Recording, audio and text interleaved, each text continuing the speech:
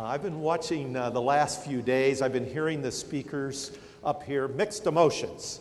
I have a lot of memories because I've been in network marketing for 38 years. So I've been watching you, and this is kind of cool. You have the leaders. Many organizations don't have the leaders, but you've got the leaders, and you've got the marketplace because you've got the product, and then you've got this secret weapon in Phil Gerlicher, who's Mr. Integrity, Mr. Imagination in the financial services industry.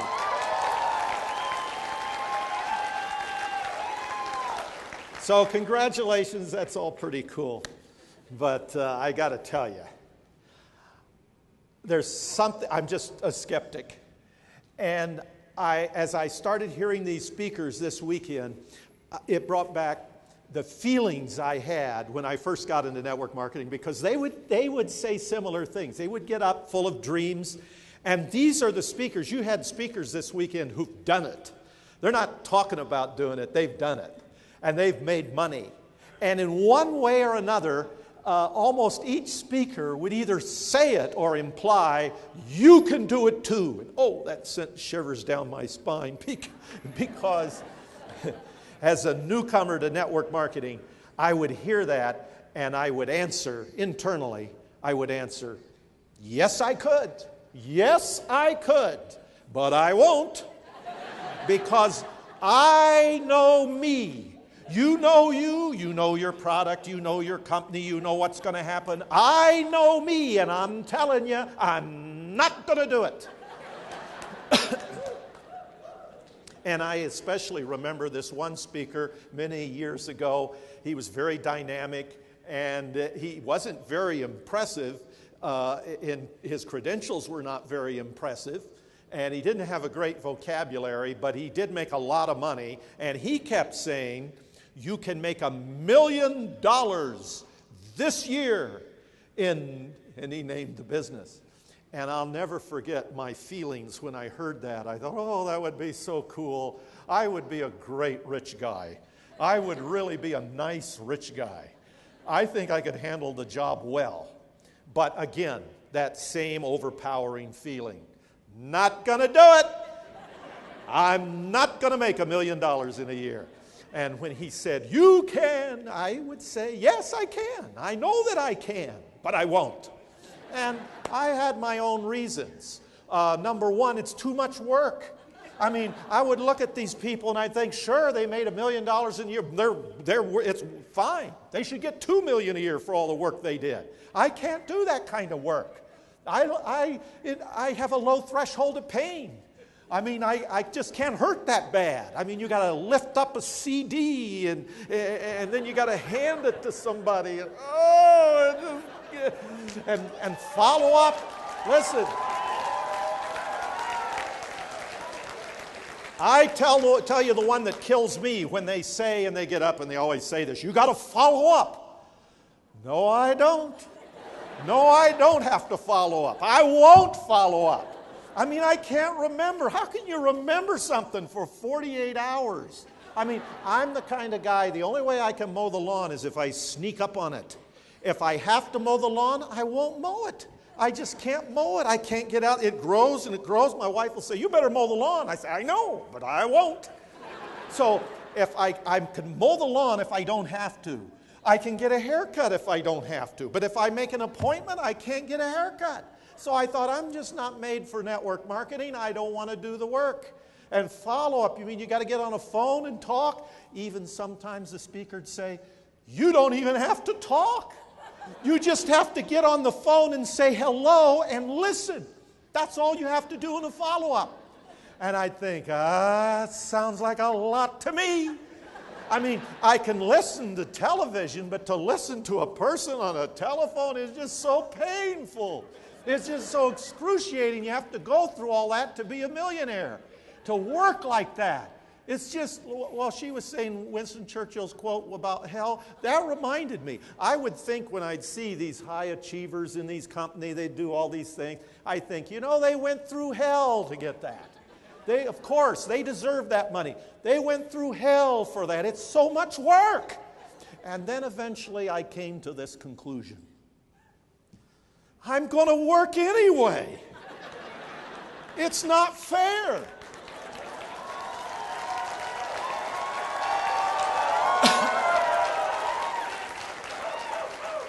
I mean, do you seriously think you're going to walk out of here and you're going to go home and you're not going to have to work? And you're going to say, that was close. I almost got talked into being a millionaire. That would have really been painful. Listen, you will work harder, you'll see less television, you'll read fewer books, you'll spend less time with your children, you will even spend less time on the telephone if you don't succeed in something like this than you will if you do succeed in something like this. That's how terrible life is. It's just unfair. So I came to the conclusion I'm going to do the work anyway. I'm going to do the work of a millionaire. I just won't get paid. My work will buy a beautiful sports car. I'll just never see it. My work will buy some woman a beautiful mink coat, but my wife won't get it. Some stockholder back in New York City will get it. My boss will get it. I will work for somebody else's dreams, or I'll work for my own.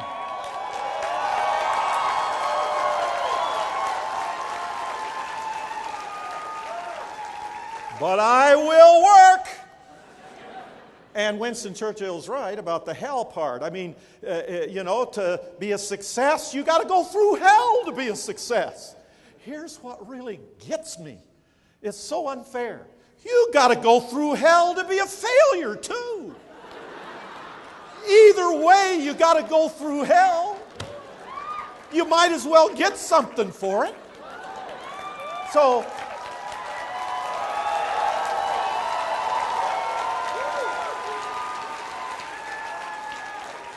I wish I had better news. I mean, coming this late in the program, you'd think you'd end on a positive note. But I just got to tell you, you'll work anyway. You will do the work. It's just a matter of rearranging the time. Time. That was the other thing. When they would talk about how they were successful and how they built their network, and I was sitting back there thinking, not going to do it because I don't have time. I barely have enough time to breathe. I sure don't have time to lift a CD out of a case and physically hand it to somebody. I don't have time for that. Follow up, are you kidding me?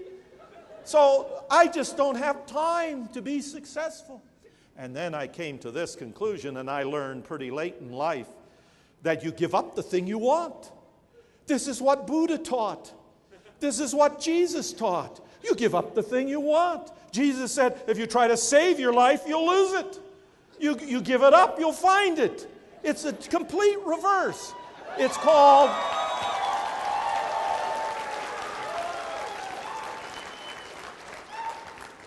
investment. It's investment.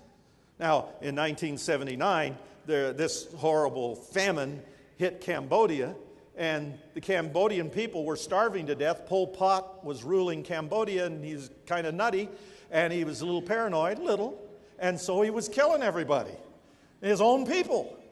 And if they were a school teacher, they were marked for execution. And if they wore eyeglasses, they were marked for execution. He figured, hey, if they can wear eyeglasses, they probably can read, and we don't want people who can read. They got rid of anyone involved in medicine, nurses or doctors, and they took forklifts, and with these forklifts, they drove all of their heavy equipment off into the sea, and they turned their hospitals into prisons. But the one thing they didn't do was plant. And so in the fall of 1979, when it came time for harvest, there wasn't any food. And the irony is, he wanted an agrarian society, so he had driven all the Cambodians out into the field to be farmers. Even the people who'd worked in the city now had to be farmers, but they didn't plant. You got to plant. You can't harvest if you don't plant. So that's a lesson we learn from life. You take a bushel of grain. Now, God knows you got to have bread. So you take some of that grain and some of that seed and you make bread and you feed it to your children. But most of that seed you give up. Like Buddha said, you give up the thing you want. You want bread? Give it up. So you throw that seed and on the ground and the rain falls on it and the sun shines on it. And when it comes time for harvest, you don't get back a bushel of grain. If all you got back was a bushel of grain, you wouldn't have planted the bushel of grain. When it comes time for harvest, you get back 1,000 bushels of grain for your labor. Now, if you plant wheat, you'll get wheat. If you plant corn, you'll get corn. If you plant rice, you'll get rice. And if you plant time, you'll get time. That's the only way you can get time.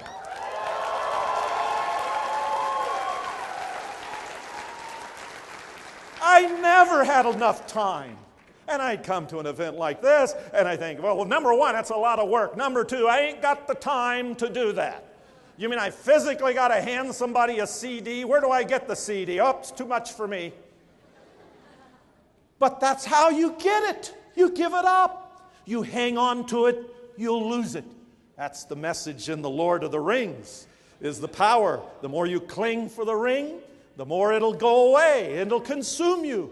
You know? You'll possess it. It will possess you. So you give up the thing that you want. You take a little bit of money and you plant it. You take a little bit of time and you plant it. And when it comes time for harvest, you don't get back what you planted. You get back 1,000 bushels full of what you planted. That's the secret of network marketing. That's why we get into network marketing. Most people get in, they plant it, and then they walk away and say, well, it didn't work. They don't even harvest it. Stick around, get the harvest. Pick up the harvest. So, well, number 3, this is just me. I'm giving you my thing. Number 3, it was so humiliating. The whole thing was so humiliating. I mean, I would think, you mean I got to go up to complete strangers and talk to them? I got to go to my family and try to recruit my family? You got to be kidding me. And I just can't stand somebody saying no to me about anything. It just drives me crazy. I'm always afraid and worried about what will they think? What will they think? What will they think? It took me years to figure this out. They're not thinking about me. I thought they were, but they're not thinking about me.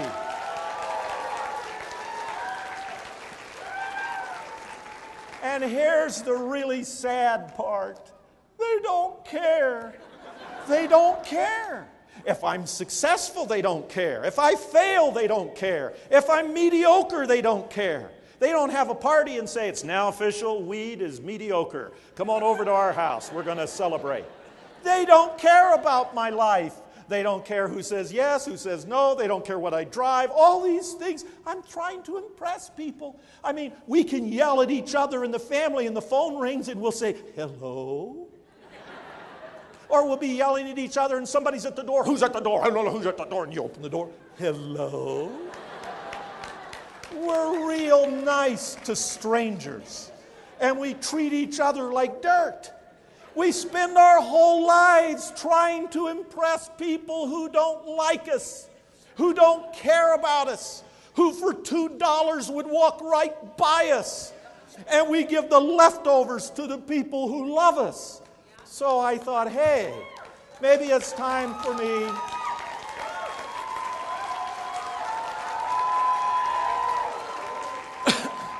maybe it's time for me to get out there and work for the people who do care about me.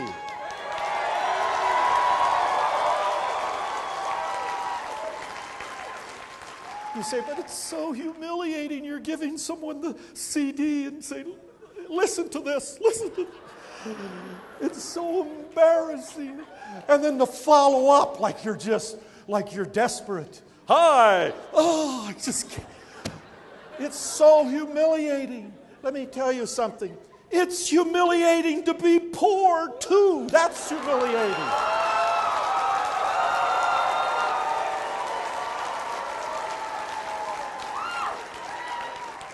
It's humiliating to drive this car and live in this apartment and wear these clothes and send my kids to that school. That's humiliating too. Yes, it's painful to succeed, and sometimes it's very embarrassing to hand someone a CD. Here.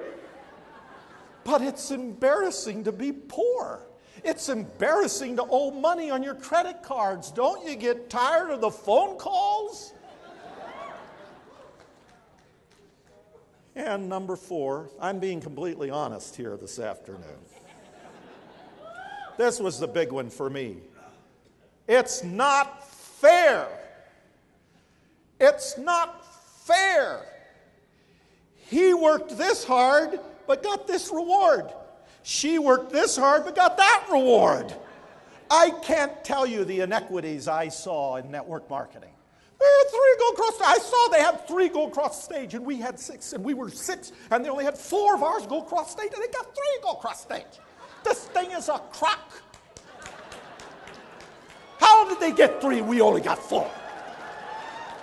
When we've been in this business since last October, and they just got in 90 days ago. That's not fair. It's so unfair. There are awful people in this room. You know who I'm talking about. Are seated around here.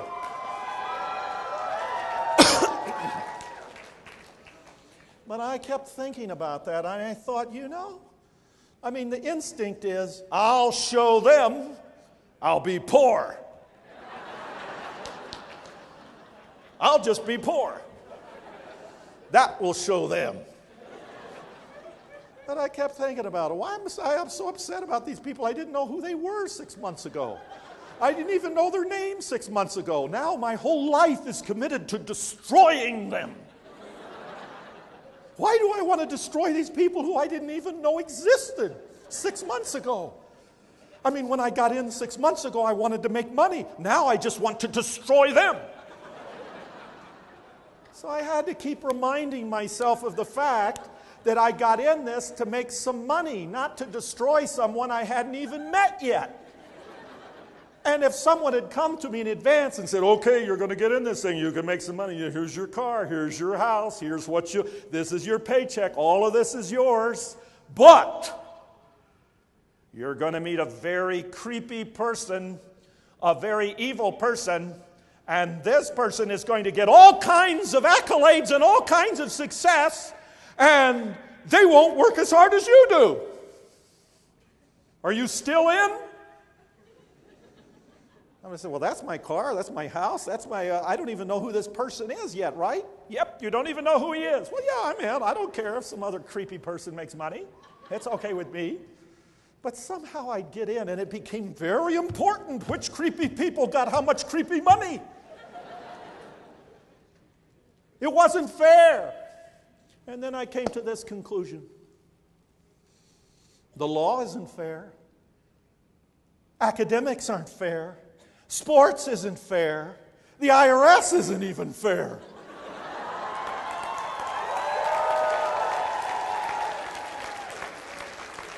Politics isn't fair. Nothing's fair. The church isn't fair. Nothing's fair. Welfare.